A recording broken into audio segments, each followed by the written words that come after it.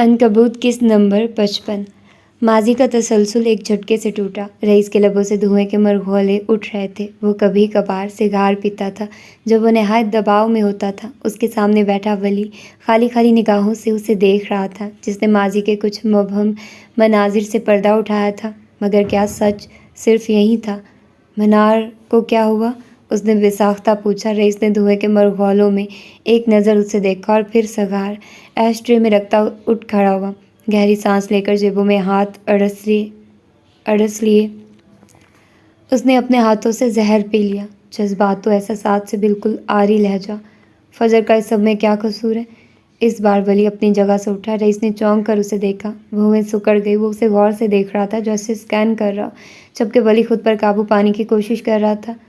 وہ منار کی بہن ہے، یہ قصور کافی تھا، مگر اسے منار کا چہرہ لے کر پیدا نہیں ہونا چاہیے تھا۔ ڈارک لارڈ کے لہجہ اتنا ٹھنڈا تھا کہ در و دیوار بے جان ہوتے محسوس ہوئے۔ ولی نے سنا مگر کہا کچھ نہیں۔ پھر رئیس اسے اپنی جانب بڑھتا نظر آیا۔ وہ اس کے سامنے کھڑا تھا، جانچتی نگاہوں سے اسے تکتے ہوئے، جبکہ ولی کا چہرہ سپاٹ تھا۔ پھر رئیس نے اپنا ہاتھ اٹھایا اور اس کا دایاں گال تھپ تھپایا۔ تم پر اندھا بھروسہ کر رہا ہوں، مجھے اندھا مت کرنا۔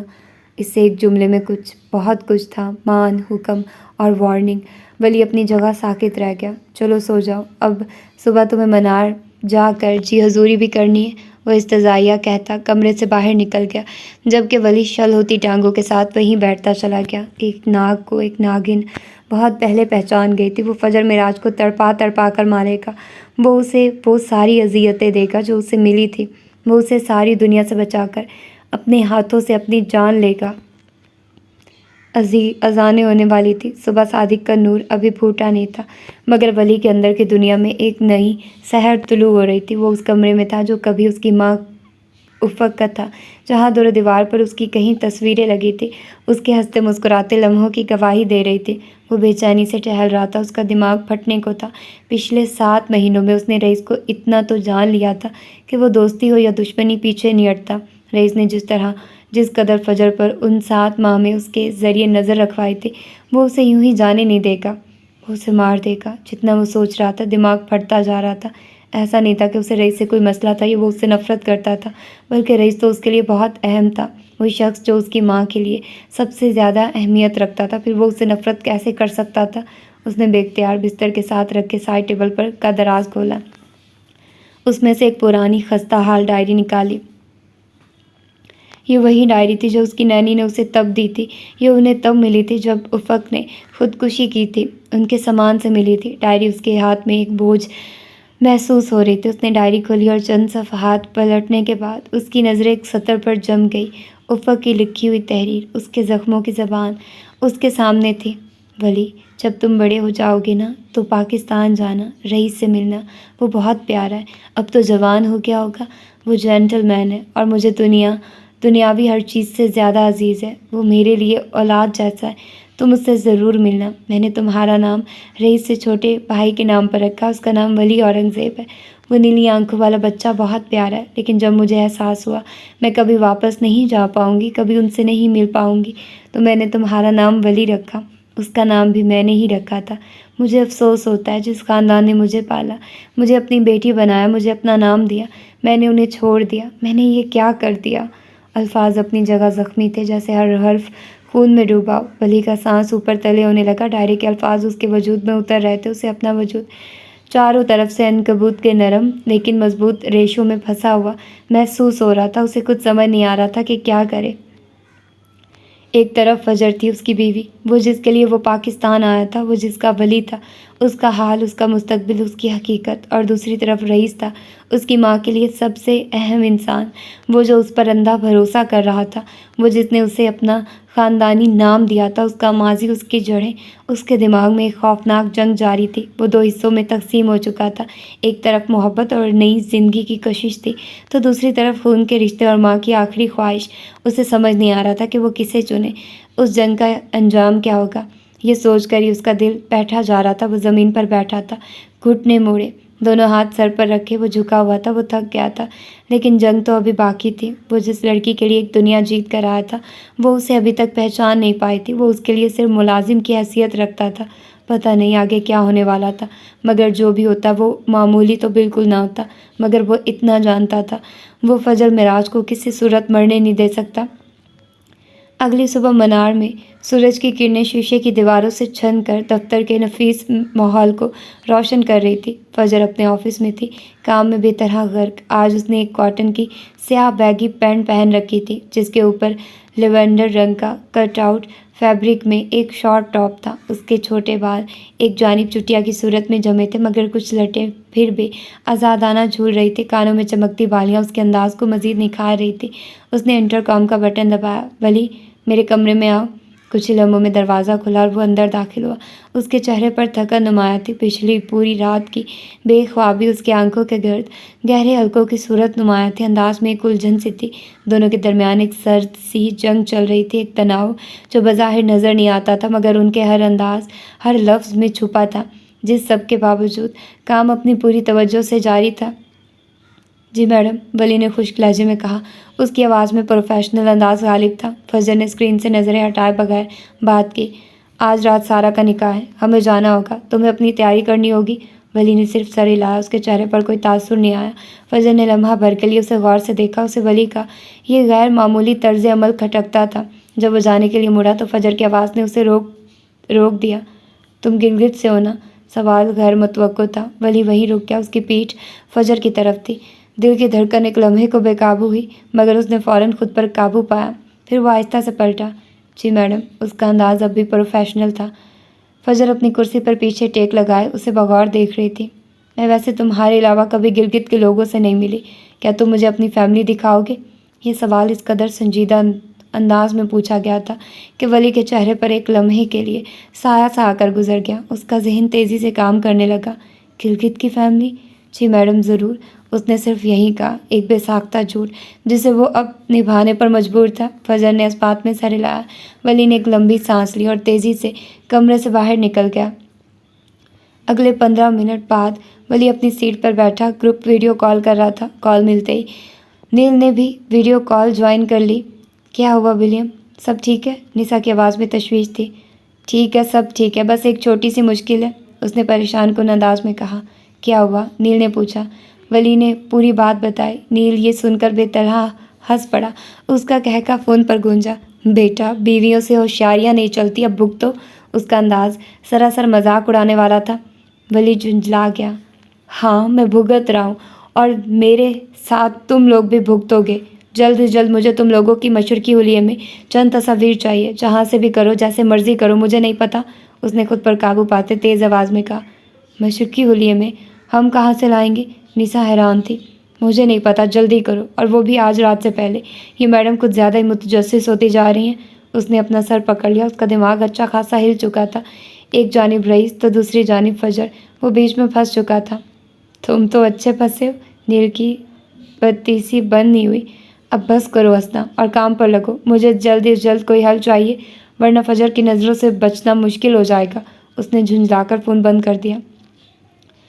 دن کے پچھلے پہر فجر کا کمرہ ایک مخصوص روشنی میں ڈوبا تھا۔ اچانک انٹر کام کی آواز گونجی۔ میڈم، کوئی فلک عالمگیر آپ سے ملنے آئی ہیں۔ فجر نے ایک لمحے کے لیے ہاتھ میں پکڑے فیبرک کے نمونے پر سے نظر ہٹائی۔ فلک عالمگیر، ایک نام جو حال ہی میں ادبی حلقوں میں گونج رہا تھا، تو بیسٹ سیلنگ کتابوں کی مصنفہ۔ اسے فوراً یاد آ گئی۔ انہیں گیسٹ روم میں بھیج دو، میں ابھی آتی ہوں۔ گیسٹ روم فجر کے دفتر کے داخلی دروازے کے قریب ہی تھا۔ یہاں کی فضا دفتر کے باقی حصے سے قدرے نرم تھی، کم روشنی اور کچھ آرٹ پیسز کے ساتھ۔ فلک وہاں کھڑی تھی، سیاہ رنگ کی شارٹ فراک پہنے۔ اس کے گھنگریالے بال ایک چٹیا میں گندھے تھے اور ایک سیاہ ریشمی دوپٹہ اس کے گلے میں تھا۔ اس کی لمبی مڑی ہوئی پلکیں حیرت سے اٹھ جھک رہی تھی۔ وہ منار کے ماحول کو غور سے دیکھ رہی تھی۔ یہ دنیا باہر کی دنیا سے بہت الگ تھی۔ یہ وہی دنیا تھی جس کا تجربہ حاصل کر کے وہ لکھنا چاہتی تھی۔ کچھ دیر بعد فجر وہاں نمودار ہوئی۔ اس کا چشمہ بالوں میں ٹکا تھا۔ دونوں نے ایک پل کے لیے ایک دوسرے کو دیکھا۔ فجر اپنے سینے پر بازو باندھے دروازے سے ٹیک لگائے کھڑی فلک کو غور سے دیکھ رہی تھی۔ اس کے چہرے پر ایک گہری سوچ تھی۔ فلک نے پہلے سلام کیا۔ السلام علیکم۔ فجر نے سلام کے جواب میں ہلکا سا سر ہلایا، پھر اس کی آواز سنائی دی۔ اس کا لہجہ بالکل کسی انٹرویو لینے والے جیسا تھا، مگر انداز عام تھا۔ مس فلک، آپ نے پچھلے 15 منٹ میں منار میں کیا دیکھا؟ فلک پل بھر کو ٹھٹکی۔ وہ ذہین لڑکی تھی، 2 بیسٹ سیلنگ کتابوں کی مصنفہ۔ اسے چند لمحے لگے حالات سمجھنے میں، اور پھر وہ مسکراتے ہوئے بولی، بہت سی روشنی اور بہت سیاہی۔ فجر کے ہونٹوں پر ایک خفیف سی مسکراہٹ آئی۔ تمہارے نزدیک سیاہی کیا ہے اور روشنی کیا ہے؟ فلک نے ایک لمبی سانس لی، جیسے اپنے الفاظ کو ترتیب دے رہی ہو۔ دونوں اپنی اپنی جگہ کھڑی رہی۔ روشنی وہ چمک ہے جو تخلیق میں ہوتی ہے، یہ آئیڈیاز کا بہاؤ ہے، رنگوں کا امتزاج، انوکھے ڈیزائنز کی تشکیل، یہ لوگوں کی محنت ہے جو اس برانڈ کو زندہ رکھے ہوئے، یہ وہ خواب ہے جو یہاں حقیقت بنتے ہیں، اور سیاہی وہ پردہ ہے جو اس چمک کے پیچھے چھپا ہے، یہ وہ جد و جہد ہے جو ہر خوبصورت چیز کی بنیاد میں ہوتی ہے، یہ وہ خاموشیاں ہیں جو تخلیق کار کو خود سے جوڑتی ہیں، یہ وہ تھکن ہے جو کامیابیاں سمیٹنے کے بعد آتی ہے، اور شاید وہ پراسرار دنیا جو ہر شاندار چیز کے ساتھ جڑی ہوتی ہے، جہاں سب کچھ ظاہر نہیں کیا جاتا۔ فوجا نے سنتے ہوئے سر ہلایا۔ ایک مصنفہ ہونے کی حیثیت سے تم ان سب کو کیسے دیکھتی ہو؟ ایک مصنفہ ہونے کی سب سے بڑی خوبی یہ ہے کہ میں ہر چیز میں کہانی دیکھتی ہوں، میں صرف رنگ نہیں دیکھتی،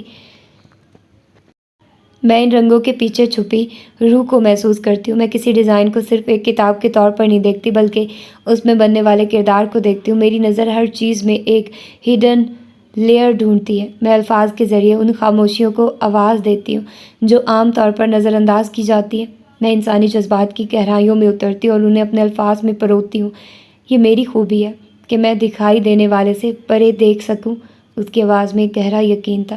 فجر اب مکمل طور پر اس کی طرف متوجہ ہو چکے تھے۔ اور تمہارے مطابق ایک کاسٹیوم ڈیزائنر اور ایک رائٹر میں کیا فرق ہے اور کیا مماثلت ہے؟ فلک نے ایک لمحے کے لیے سوچا، نظر فجر کے چہرے پر جمی رہی، پھر وہ گویا ہوئی۔ فرق یہ ہے کہ آپ ایک کاسٹیوم ڈیزائنر کپڑوں کے ذریعے کردار تخلیق کرتی ہیں، آپ ایک شخصیت کو باہر سے تراشتی ہیں، آپ کا کینوس انسان کا جسم ہے اور آپ کا میڈیم کپڑا، جبکہ میں ایک رائٹر الفاظ کے ذریعے کردار تخلیق کرتی ہوں، میں ایک شخصیت کو اندر سے بناتی ہوں، میرا کینوس کاغذ ہے اور میرا میڈیم الفاظ۔ وہ رکی، پھر مسکرائی۔ لیکن مماثلت بہت گہری ہے، ہم دونوں ہی کہانیاں سناتے ہیں، آپ کپڑوں کے ذریعے کہانی سناتی ہیں، اور یہ شخص کون ہے، کہاں سے آیا، اس کی کیا حیثیت ہے، اور میں الفاظ کے ذریعے کہانی سناتی ہوں کہ یہ کردار کیا سوچتا ہے، کیا محسوس کرتا ہے، اس کا اندرونی سفر کیا ہے۔ ہم دونوں ہی تخلیق کار ہیں، ہم دونوں ہی دنیا کو ایک نیا تناظر دیتے ہیں، اور ہم دونوں ہی خوبصورتی کی تلاش میں رہتے ہیں، چاہے وہ خوبصورتی کسی ریشمی کپڑے میں ہو یا کسی گہرے جملے میں، ہم دونوں ہی خوابوں کی حقیقت کا روپ دیتے ہیں، بس ہمارے ذرائع مختلف ہیں۔ اس کا چہرہ تمتما اٹھا۔ فوجا نے گہری سانس سے فلک کو دیکھا، اس کی آنکھوں میں ایک عجب سی چمک تھی، اس لڑکی کی باتوں میں ایک پراسرار گہرائی تھی جو اسے اپنی طرف کھینچ رہی تھی۔ یہ انٹرویو نہیں تھا، یہ ایک روحوں کی ملاقات تھی، ایک ایسا تھرلنگ تجربہ جس کی فلک نے کبھی توقع نہیں کی تھی۔ تم نے روشنی اور سیاہی کی بات کی، خوبصورتی کی بھی، مگر مجھے خوبصورتی سے زیادہ ہولناکی پسند ہے۔ کیا تم ہولناک کہانیاں لکھ سکتی ہو؟ ایسی کہانیاں جو روح کو چھیڑ دے، جو خوابوں میں بھی پیچھا کرے؟ اس کی آواز میں ایک ایسا سرور تھا جو عام طور پر نظر نہیں آتا تھا۔ فلک لمحہ بھر کو خاموش ہوئی، اس کی آنکھوں میں ماضی کی کوئی پرچھائی گہری ہوئی، پھر اس نے ایک لمبی سانس لی۔ 2.5 سال پہلے تک شاید نہیں، تب میری دنیا بہت خوبصورت اور سادہ تھی، مگر اب بہت کچھ دیکھ چکی ہوں، انسانی فطرت کی گہرائیوں میں چھپی ہولناکی، زندگی کے غیر متوقع موڑ، سبھی کچھ۔ اب میں ہولناک کہانیاں لکھ سکتی ہوں اور شاید انہیں روح کی گہرائیوں سے محسوس بھی کر سکتی ہوں۔ فجر کے چہرے پر ایک فاتحانہ مسکراہٹ نمودار ہوئی۔ یہ وہی جواب تھا جس کی اسے تلاش تھی۔ پرفیکٹ۔ وہ دروازے سے ہٹ گئی اور اشارے سے فلک کو اپنے ساتھ چلنے کا کہا۔ آؤ، تمہیں منار دکھاتی ہوں۔ دونوں گیسٹ روم سے نکل کر کمپنی کے وسیع اور نفیس راہداریوں میں چلنے لگے۔ فوجا نے اسے ڈیزائنز کے سیکشن، فیبرک کے گودام اور مشینوں کی آوازوں سے بھرے پروڈکشن ہال کا دورہ کروایا۔ ہر قدم پر فجر اپنی آواز کی گہرائی میں موجود پراسرار سرگوشیوں سے فلک کو مخاطب کرتی رہی، جیسے وہ اسے محض عمارت نہیں بلکہ منار کی روح سے روشناس کروا رہی ہو۔ دیکھو، فجر نے ایک روشن ورکشاپ میں رکتے ہوئے کہا، جہاں چمکدار کپڑوں کے رول اور سجے ہوئے مانیکوئنز تھے۔ یہاں ہم خوابوں کو تراشتے ہیں، ہر لباس کی ایک کہانی ہوتی ہے، کچھ کپڑے شاہی داستانیں سناتے ہیں، کچھ بغاوت کی، اور کچھ ایسے ہوتے ہیں جنہیں دیکھ کر روح کانپ اٹھتی ہے۔ فلک کی آنکھیں حیرت سے پھیلی ہوئی تھی، وہ ہر چیز کو جذب کر رہی تھی، ہر کپڑا ایک خاموش زبان بول رہا ہے۔ فجر نے اسے ایک اسٹوڈیو میں لے کر گئی جہاں مدھم روشنی تھی اور عجیب و غریب کاسٹیوم سجے تھے۔ کچھ میں دھات کی تاریں تھیں، کچھ پر خوفناک نقوش، اور کچھ ایسے تھے جو صدیوں پرانے لگتے تھے۔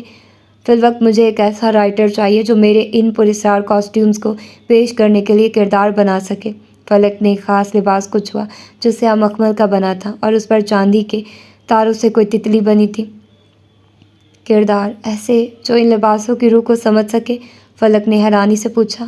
ہاں، فجر نے جواب دیا۔ اس کی آواز میں ایک شدید طلب تھی۔ میں نے ایسے ڈیزائنز بنائے ہیں جنہیں دیکھ کر انسان کی روح میں خوف اور کشش دونوں پیدا ہوں۔ میں انہیں صرف فیشن کے لیے نہیں بناتی، میں انہیں فن کا ایک تاریک روپ دیتی ہوں۔ مجھے ایسے کردار چاہیے جو ان لباسوں کو پہن کر جی سکے، ایسے کردار جو ان ڈارک سٹوریز کو بیان کریں۔ میں ان لباسوں کے پیچھے چھپی ہیں۔ فلک ایک لمحے کو ساکن کھڑی رہی۔ اس نے غور سے فجر کے چہرے کو دیکھا۔ اس کے پیچھے کیا تھا؟ محض فیشن یا کچھ اور؟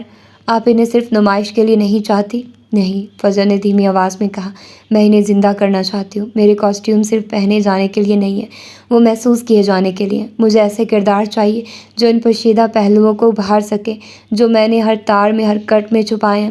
ایسے کردار جن کی اپنی کہانیاں ہوں، جو ان لباسوں کی ہولناکی اور خوبصورتی کو سمیٹ سکے۔ کیا تم ایسے کرداروں کی تخلیق کر سکتی ہو جو میری تاریک ترین تخلیقات میں سانس بھر سکے؟ فجر کی نظریں فلک پر گڑی تھی، ایک امید اور ایک چیلنج۔ فلک نے سر ہلایا۔ اس کی آنکھوں میں ایک نئی چمک تھی، ایک کام۔ یہ کام اس کے لیے نیا تھا، مگر اس میں ایک دلچسپ پراسراریت تھی۔ میں کوشش کروں گی فجر آپی، مجھے لگتا ہے میں انہیں روح سے محسوس کر سکوں گی۔ کمرے میں موجود پراسرار کاسٹیومز کے بیچ فجر اور فلک کے درمیان ایک خاموش معاہدہ طے پا رہا تھا، ایک ایسا معاہدہ جس کی بنیاد پر ہولناکی اور خوبصورتی کی ایک نئی دنیا جنم لینے والی تھی۔ اور تمہاری کتاب جسے لوگ بین کرنا چاہتے ہیں، ہم اس کا پیغام کاسٹیومز اور کرداروں کے ذریعے پیش کریں گے، ایک شارٹ فلم جو فیشن شو جہاں انسان کی جکڑی ہوئی لڑکیوں کو پریزنٹ کر سکے۔ یہ بہترین تھا، فلک نے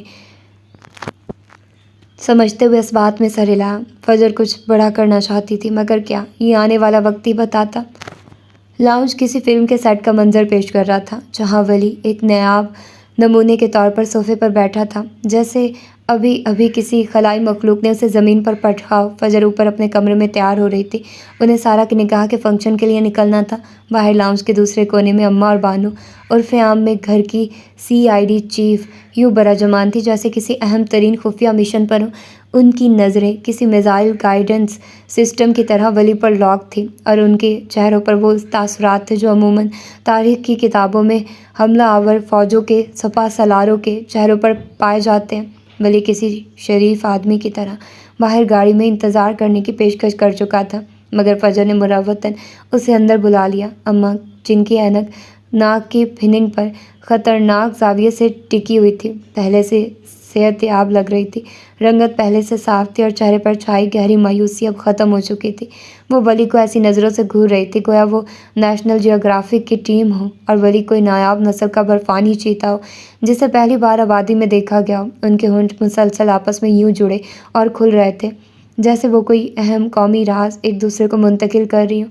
ولی کے سامنے میز پر رکھی چائے ٹھنڈی ہو کر تاریخ کا حصہ بننے کو تیار تھی، مگر اس کا حلق صحرا کی طرح خشک ہو چکا تھا۔ ان دو خواتین کی نظروں کے نشتر سہتے ہوئے چائے پینا کسی دل گردے والے کا ہی کام تھا۔ اماں نے بغیر اپنی نظریں ولی کے چہرے سے ہٹائے اپنا منہ بانو کے کان کے قریب لے جا کر ایسی سرگوشی کی جو اتنی آہستہ تھی کہ لاؤنج کے دوسرے کونے میں بیٹھی مکھی بھی سن لے اور شرما کر اڑ جائے۔ یہ وہی ہے نا جس کا فجر ذکر کرتی رہتی ہے، جسے بار بار فون کرتی ہے، ولی یہ کر دو وہ کر دو۔ اماں کی آنکھیں سکڑ کر دو چھوٹی چھوٹی بٹنوں میں تبدیل ہو چکی تھی جن سے ایکس-رے شعاعیں نکل کر ولی کے آر پار ہو رہی تھی۔ ولی نے بامشکل اپنا تھوک نکلا۔ ذکر میرا، یا اللہ خیر، بانو نے، جو اماں کی ہر بات پر یوں سر ہلاتی تھی جیسے اس کے سر میں کوئی اسپرنگ فٹ ہو، اپنی تھوڑی پر ہاتھ پھیرتے ہوئے جواب دیا۔ ہاں ہاں اماں، یہ وہی ہے، دکھنے میں تو اچھا خاصا ہے، پر ذرا اس کے گال کا نشان تو دیکھو۔ خدا جھوٹ نہ بلوائے، کسی سنگین واردات کی یادگار لگتا ہے۔ مجھے تو یہ بندہ شریف کم اور موسٹ وانٹڈ زیادہ لگ رہا ہے۔ بانو نے آخری الفاظ ایسے ادا کیے جیسے وہ کسی سنسنی خیز فلم کا ٹریلر بیان کر رہی ہو۔ ولی کا دل چاہا کہ زمین پھٹے اور وہ اس میں سما جائے۔ اماں نے اینک کو مزید ناک پر چڑھاتے ہوئے اگلا میزائل داغا۔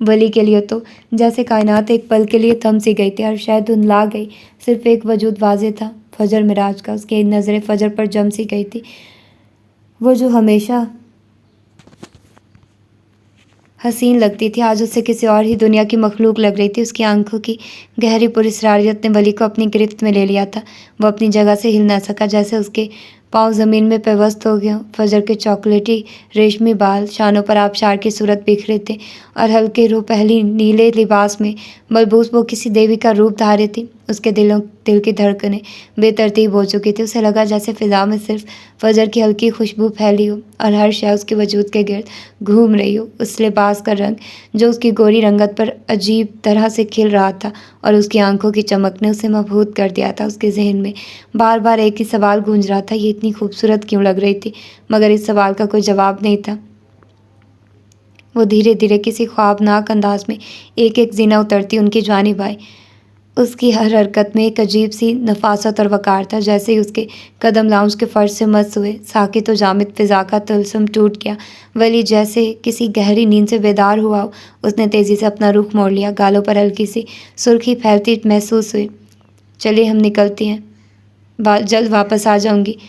فجر نے معمول کے مطابق اماں کو اطلاع دی، جیسے ابھی ابھی جو قیامت خیز منظر برپا ہوا تھا وہ کوئی عام سی بات ہو۔ پھر وہ دروازے کی جانب بڑھی۔